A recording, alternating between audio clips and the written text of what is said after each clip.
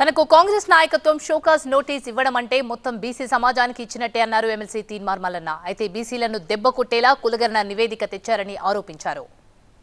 తెలంగాణ కాంగ్రెస్ లో తీన్మార్ మల్లన్న రచ్చ కొనసాగుతోంది. కులగణన నివేదికకు నిప్పు పెట్టడం, ఓ వర్గంపై అనుచిత వ్యాఖ్యలు చేశారంటూ మల్లన్నకు టీపీసీసీ క్రమశిక్షణ కమిటీ షోకాజ్ నోటీసు జారీ చేసింది. దీనిపై వారం రోజుల్లో వివరణ ఇవ్వాలని పేర్కొంది. అయితే బీసీల కోసం మాట్లాడితే షోకాజ్ నోటీసులు ఇస్తారా అని ప్రశ్నించారు తీన్మార్ మల్లన్న.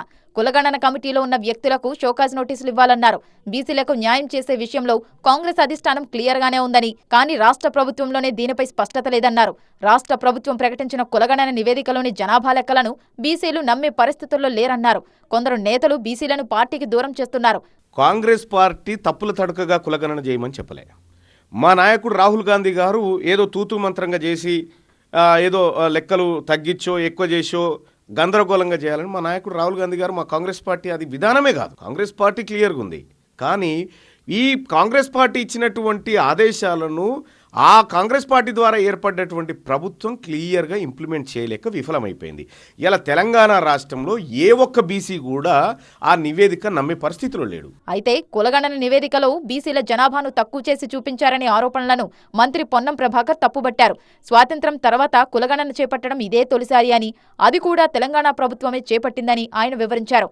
ఈ నివేదిక ఆధారంగా బీసీలకు ఏ విధంగా న్యాయం చేయాలనే దానిపై దృష్టి పెట్టాలని కోరారు. 2011లో జనాభా లెక్క జరిగినాయి. 1931లో కులాలకు సంబంధించి సర్వే జరిగింది. ఇప్పటివరకు జరగలే.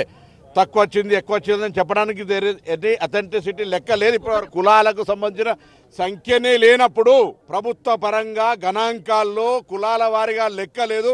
దేశంలో ఇప్పటికొక బీహార్ రాష్ట్రంలో జరిగింది, అధికారికంగా వాళ్ళు సమర్పించలే. తెలంగాణ ప్రభుత్వం దేశంలో మొట్టమొదటి ప్రభుత్వం రోల్ మోడల్ గా. మరోవైపు తన రాజీనామా వార్తలపై కూడా తీన్మార్ మల్లన్న స్పందించారు. కాంగ్రెస్ నేతలెవరైనా రాజీనామా చేస్తే తాను కూడా చేస్తానని అన్నారు. కాంగ్రెస్ నేతలెవరూ ఎమ్మెల్సీగా తనను గెలిపించలేదని, తానే అసెంబ్లీ ఎన్నికల్లో కాంగ్రెస్ గెలుపు కోసం పనిచేశానని కామెంట్ చేశారు.